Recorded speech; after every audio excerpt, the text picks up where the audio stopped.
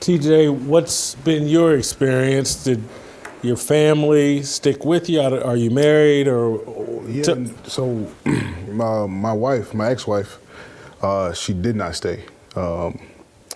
And at the time, I wasn't even looking for a new church or anything of that nature. I actually had moved out to the country in Minnesota and bought a farm. And I said, you know what? I see the signs, the way the world's going. I just need to learn how to grow my own food. I need to learn how to deal with animals. Yeah, this is something I can, teach my children. I can't teach them, you could teach them football, but I didn't want them going down that route. So I moved out to a farm, and I'm home one day just watching other homestead videos of other people with farms and, trying to learn what they're doing. And the next video that comes up is of Pastor Dow. And the title of that video was America Invest in Yourself. So now, you see the thumbnail, Pastor Dow's at a work site building. And I clicked the video, and this man is talking hard. He's talking truth about the condition of where we are, in the country and what's coming in the future, what's going on. I'm like, man, I haven't heard anybody, talk like this. Now, at the time when I was listening, I didn't know Pastor Dow was actually a pastor. I thought it was just a name maybe he gave himself or something on YouTube, because people do that kind of stuff. And so I was like, man, this Pastor Dow guy is, he's talking truth. So for many, many weeks, I didn't even know that he was an Israelite. I didn't know that was even a thing. I was just following and paying attention to his economical videos about, what's going on around the world. So I missed Sabbath services. I didn't even know they were happening. I don't know how the Father did that, but that's where I was. He met me there. So I was just listening to Pastor Dow strictly off of what he was talking about. Growing food, farming, having a homestead and all that stuff. And so I was already doing that. So I'm like, okay, cool. Move forward. I start to come across a little bit more videos of Pastor Dow talking about Christianity.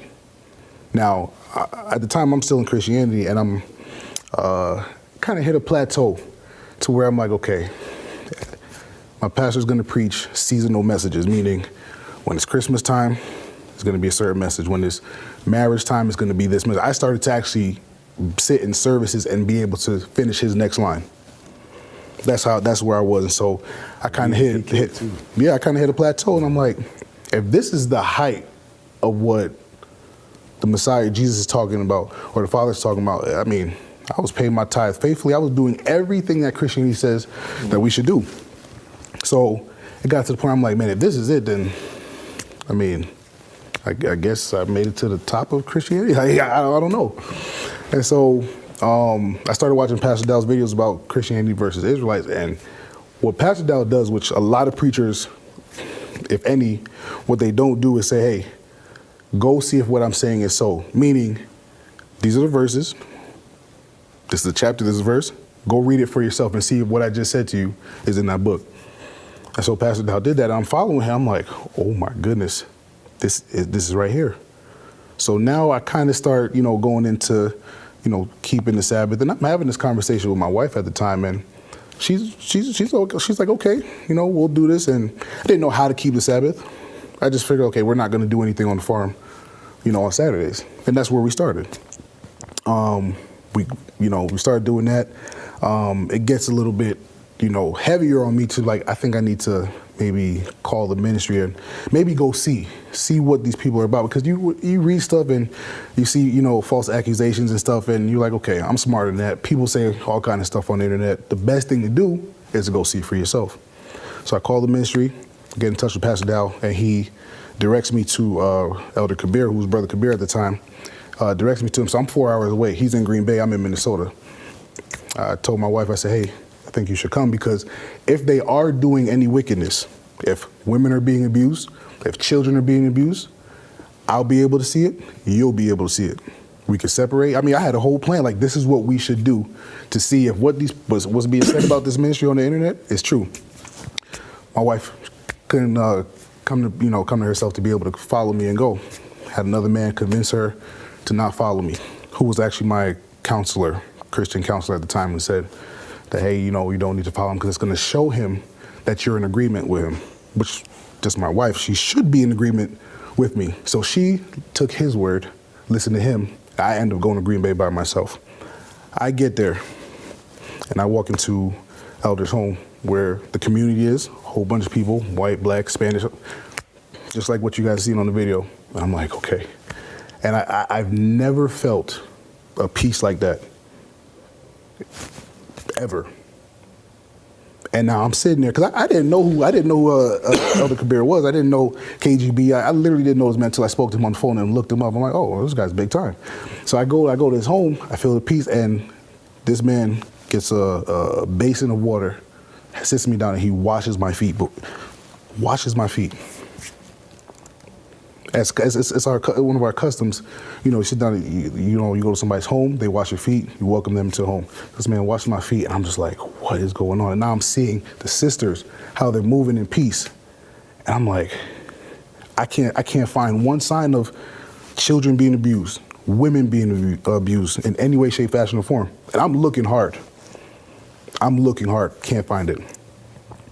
So now I go back home, I tell my wife about the experience, and I come back changed, because now I'm angry because of what Christianity has done, the lies that they've said to me, the things, how they've put the woman above the man. And I come to a man's home his house is in order, other brother's home is in order, children are obedient to their parents, wives submitted and obedient to their husbands.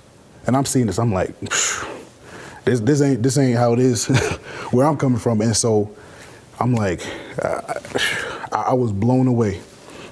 So long story short, my wife she never comes. I go back to visit again to just confirm and see Elder Kabir again and see the saints. And that is where deliverance actually happened. I got baptized and deliverance happened. Now, I grew up my father's a pastor, the Church of God of Prophecy, a Pentecostal church. And you see people jumping around and all these things, but you don't actually see deliverance where somebody comes and say, hey, this is what I'm dealing with. These are the thoughts that are in my head. This is what's going on. I'm battling this every day. I'm at night, whenever. I need help. So we ended up in the deliverance session, and Elder Kabir, just say, hey, okay, I'll work with you. I'll help you. I tell him what's going on with me. And I don't know what's about to happen. I kind of seen it, demons, being cast out and stuff, but I didn't think anything maybe was going to happen. I don't know. I didn't know what was going to happen. He starts doing deliverance on me, and demons start coming out. And I'm sitting here, my mind is conscious, but something else is happening at the same time as he's, helping me in this deliverance. And I'm like, oh my gosh, I'm sitting there like, I'm 30, I think I might have been 29 or 30 at the time.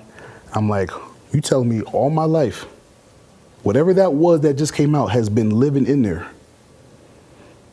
And so now I knew, okay, wow, these people follow this book. Because Jesus said, okay, you should be able to cast out devils. That's what Jesus did. So now I come here, and this man played the same sport I did, made it to the highest of heights, and he's casting devils out of me. And so now I'm completely blown.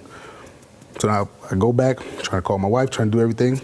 Something in me, in my spirit, was like, I think you're about to get a phone call. I go back. Actually, my sister was with me. She came to see it as well.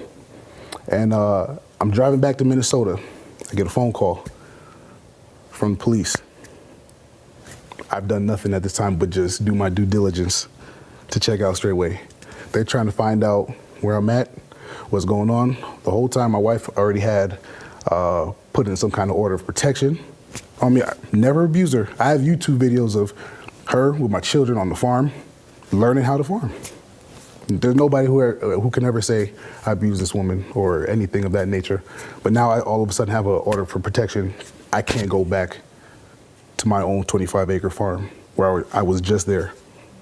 I don't know what I can do. My children are gone. The door was open, literally open, like she left in a hurry. She called me, said, when do you think you're coming back? I said, I'm on my way now. I pull up, the lights are on in the house. My dog is gone. My children are gone. My 2 children that I had, and she was pregnant with triplets, who till this day I have never met. Haven't seen them. She won't allow you to see your kids? Her in the state.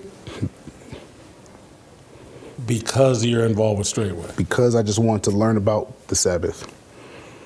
And I wanted to do what the Bible actually said. So I lost everything. But I gained everything.